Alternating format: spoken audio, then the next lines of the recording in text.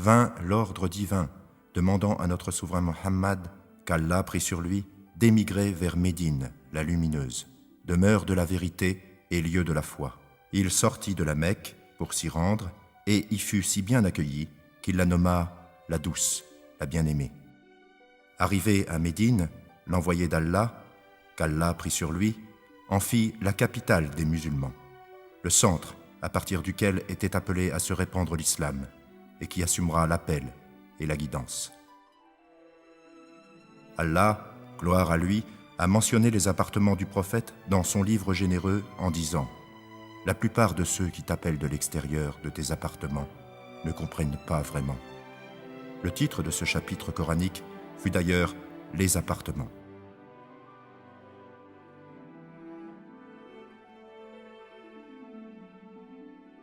Acte officiel de la porte sublime.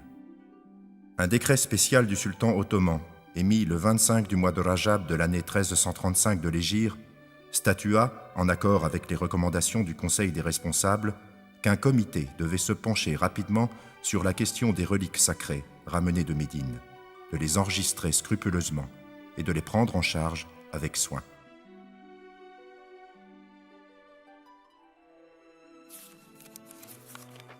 Le train qui transporta les reliques sacrées du prophète se trouvant dans les appartements de Médine se rendit jusqu'en Turquie alors que sévissait la Première Guerre mondiale. Les photos de ce train furent prises par Fakhr ad-Din Basha, responsable du train et gouverneur de Médine.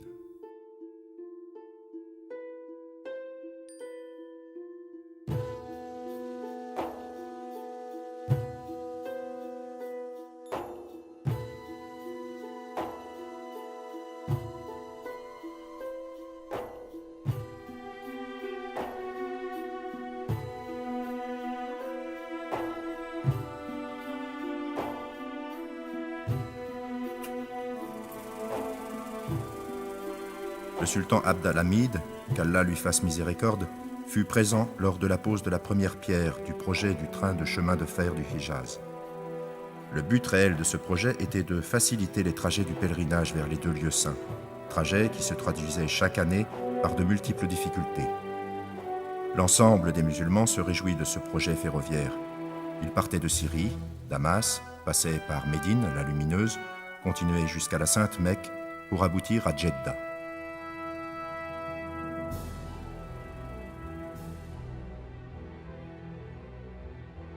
Fakhr ad-Din Basha fit enregistrer dans un registre spécial toutes les reliques sacrées du prophète, qu'Allah prit sur lui, se trouvant à Médine avant de les envoyer par train à Istanbul qui, à l'époque, était la capitale du califat islamique.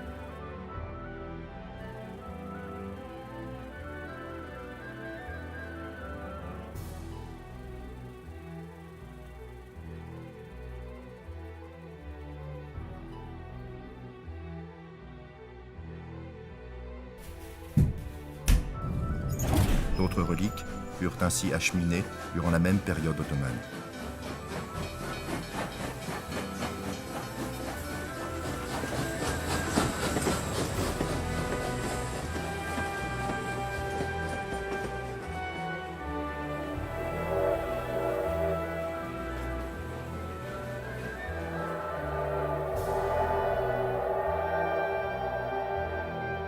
Pendant le sultanat de Salim Ier, les reliques furent réunies à Istanbul, en provenance des différents coins de l'Empire ottoman.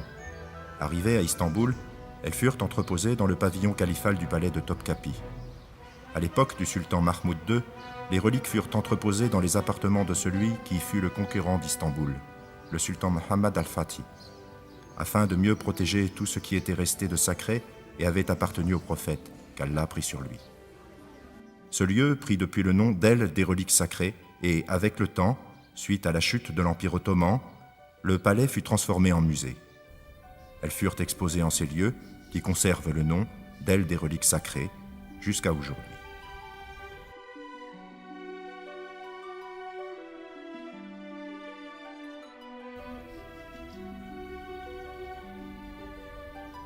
Assalamu alayka ya Rasulallah.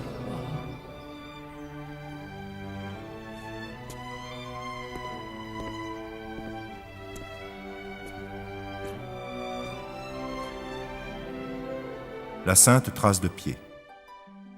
Le savant Suyuti a mentionné dans son livre intitulé « Les grandes particularités » que l'imam Shafi'i, qu'Allah le prenne en sa miséricorde, a dit « Il n'a pas été donné de miracle à un prophète sans qu'il en fût donné un équivalent ou un supérieur à notre prophète. » Abu Nu'aym a dit de son côté « Allah, gloire à sa transcendance, a soumis le fer au prophète David alors qu'il a soumis les pierres à notre prophète, et ceci est plus extraordinaire. » Les pierres s'adoucissaient sous le pied du prophète, qu'Allah prit sur lui, au point d'en prendre la trace. Les nombreuses pierres marquées de sa trace furent enregistrées. Parmi ces traces sacrées se trouve celle que reçut le sultan Selim de la part de Sharif Barakat, le gouverneur de la Mecque. Cette relique fut ramenée à Constantinople. Il s'agit en l'occurrence de la trace du pied droit.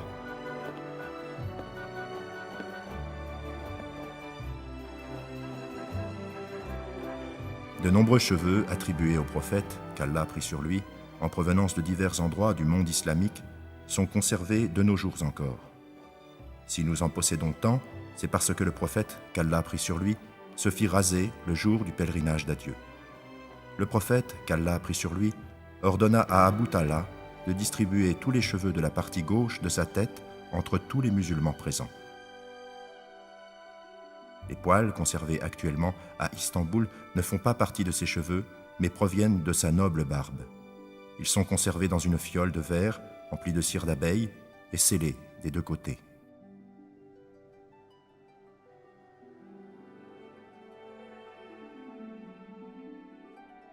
Parmi les nobles reliques, ces dents, celle qui est exposée est l'incisive droite de la mâchoire du bas. Le prophète, qu'Allah prit sur lui, perdit cette dent le jour de la bataille de Uhud, comme le rapporte l'historien Ibn Hisham dans son livre sur la vie du prophète, qu'Allah prit sur lui. La dent fut cassée par Utba ibn Abi Waqqas, le frère du célèbre compagnon Saad ibn Abi Waqqas, qu'Allah l'agrée.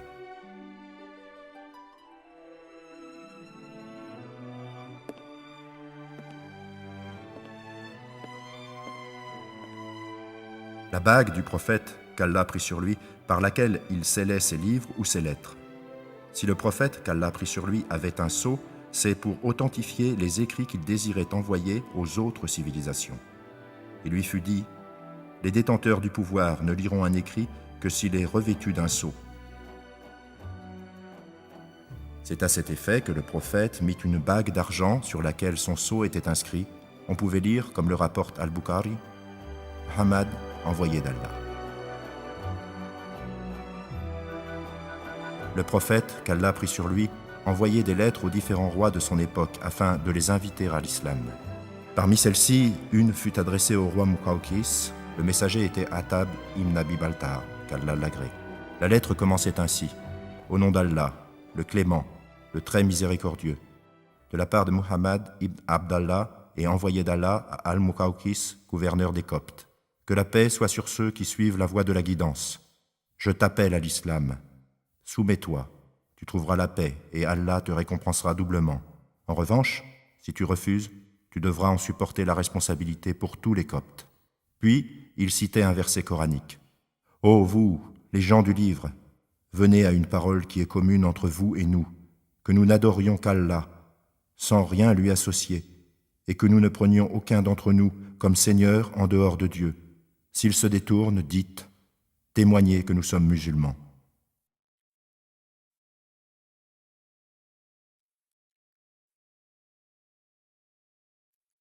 Parmi ces célèbres lettres, celle qu'il envoya à Héraclius, empereur des Byzantins. Ce qui s'y rapporte est mentionné par certains traditionnistes comme Al-Bukhari et Muslim. Cet événement est rapporté par Ibn Abbas, qui nous apprend que c'est le compagnon d'Iyya ibn al-Khalifa al-Kalbi, qu'Allah l'agrée, qui apporta la lettre à l'empereur. L'ensemble des lettres du prophète, qu'Allah prit sur lui, se trouve dans les musées édifiés par les rois et sultans musulmans. Elles sont préservées, protégées et ont fait l'objet d'un travail pointu d'authentification. Parmi les reliques sacrées qu'Allah a permis de conserver, nous trouvons les épées du prophète, qu'Allah prit sur lui. Chacune d'entre elles était nommée. Plusieurs savants s'accordent pour dire qu'il possédait 11 épées, dont la plus célèbre se nommait Dhul-Fiqar. L'imam Ahmad a rapporté selon Ibn Abbas, qu'Allah les agrée tous les deux, que l'envoyé d'Allah, qu'Allah prit sur lui, l'a reçue en don le jour de la bataille de Badr. Il la nomma ainsi car elle portait des signes qui tous rappelaient les vertèbres dorsales de l'homme. Plus tard, il la donna à Ali, qu'Allah l'agrée, qui la transmit à ses enfants et petits-enfants, jusqu'à ce qu'elle parvint aux califes abbassides. L'une des épées conservées au musée de Topkapi en Turquie mesure 99 cm de long et se trouve inscrit sur l'une de ses faces « Muhammad ibn Abdallah ibn Abd al-Muttalib ».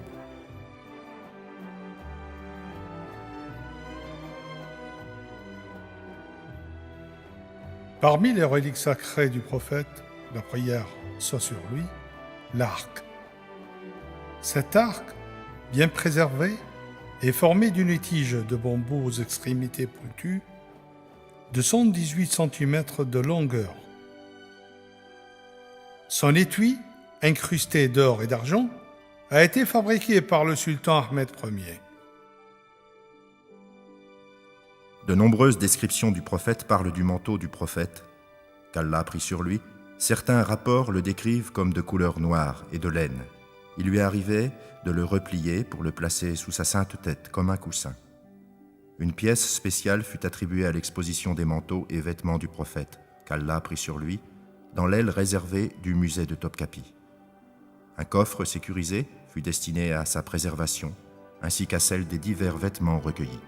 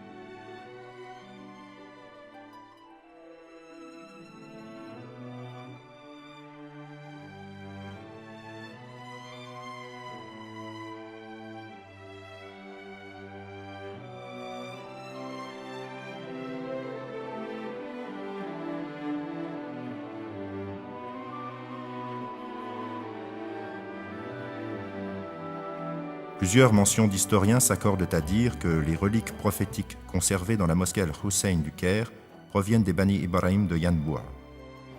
Ils tenaient ces reliques de leurs ancêtres, et c'est au 7e siècle de l'Hégire que le gouverneur d'Égypte, As-Sahib Taj-Din des Beni Inna, acheta aux Beni Ibrahim les reliques prophétiques. Il fit bâtir une pièce spéciale destinée à les abriter. Cette pièce prit depuis le nom de pièce des reliques du prophète. Juste avant la fin de l'époque des Mamelouks, le sultan Kamsoua al-Rouri construisit une grande coupole dans son école, près du marché de Al-Sharabishin, connu aujourd'hui comme le quartier Al-Rourira.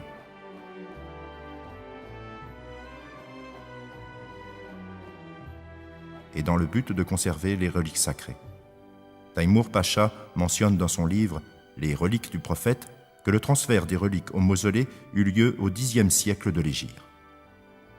Plus tard, les reliques furent transférées dans la mosquée de Seynat Zeyneb, puis dans le trésor de la citadelle, ensuite dans le fonds des biens publics, puis enfin au palais royal de Abidine.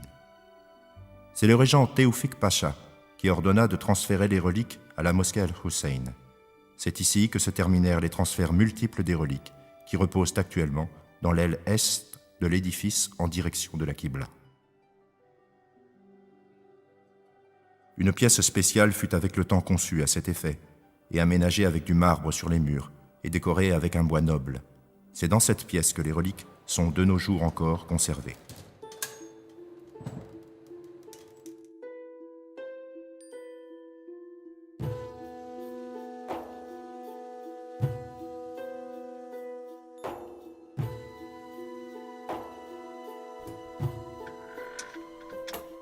Parmi les reliques de la mosquée Al-Hussein, il y a une épée connue sous le nom de Al-Rabd. Cette épée fut l'objet de nombreux examens scientifiques. Il est dit qu'elle était de style indien et probablement conçue à Damas.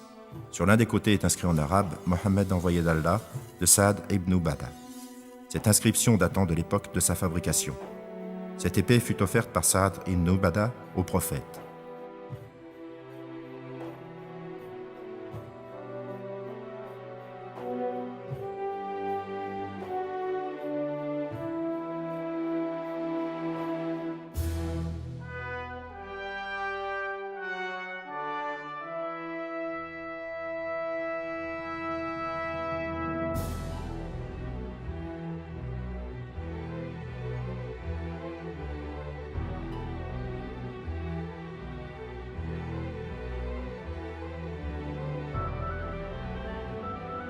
la fiole contenant le col et le bâtonnet d'application.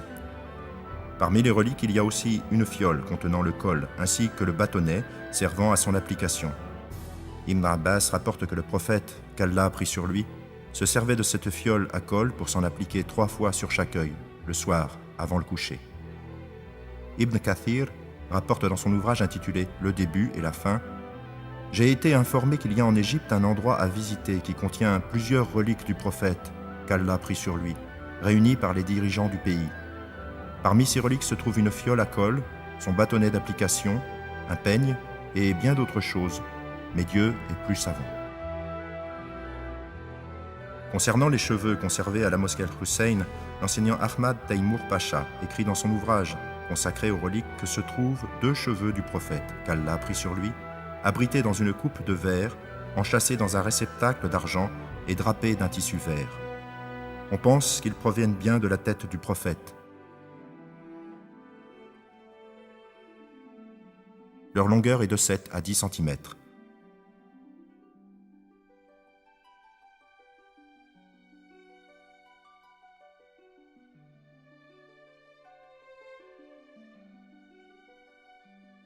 Un hadith, rapporté par Anas et mentionné par Muslim, nous informe que les cheveux du prophète descendaient jusqu'à ses épaules. La tunique. Le prophète, qu'Allah a pris sur lui, portait plusieurs genres de vêtements qui existaient à son époque bénie. Pour la plupart, ils étaient confectionnés à Médine, à la Mecque, ou importés du Yémen, de la Syrie ou encore d'Égypte. Celui qu'il préférait était la tunique. Parmi les reliques, un morceau de tunique attribué au prophète qu'Allah a pris sur lui et répertorié par un numéro, comme le mentionnent les historiens Ibn Iyas et Jabarti. La verge. Dans la mosquée Al-Hussein est conservée une partie de la verge attribuée au prophète qu'Allah a pris sur lui. Elle est faite en bois de cèdre. L'historien Ibn Hisham mentionne la verge du prophète dans le contexte de la conquête de la Mecque. Ibn Abbas dit que le jour de la conquête, le prophète entra dans la Mecque sur sa chamelle. Il effectua des tournées rituelles autour de la maison sacrée. Se trouvaient tout le long des idoles de pierre fermement fixées à un piédestal. Lorsqu'il effectuait les tournées, chaque fois qu'il passait devant une idole, le prophète qu'Allah a pris sur lui pointait sa verge vers l'idole et récitait « La vérité est venue et l'erreur s'est évanouie. L'erreur ne peut que s'évanouir. » Et, miraculeusement, les idoles tombaient de leur piédestal et se brisaient au sol.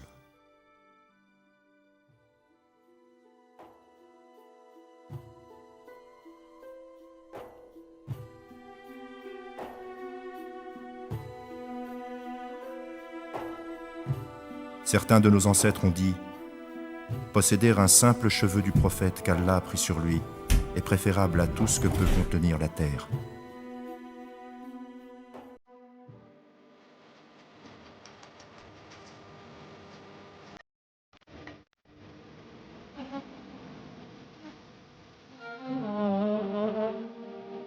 Cela exprime l'ampleur de leur amour sincère. Vous ne serez jamais réellement croyant tant que le prophète qu'Allah a pris sur lui ne vous sera pas plus cher que votre propre personne, que vos enfants, votre fortune, ou encore que l'ensemble du genre humain.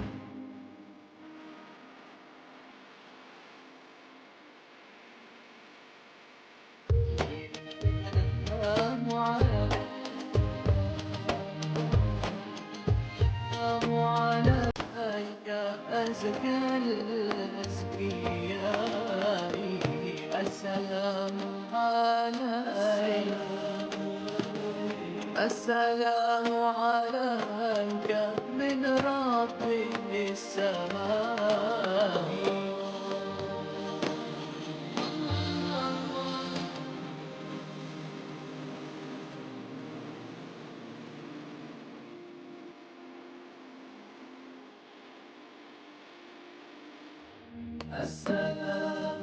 السلام عليك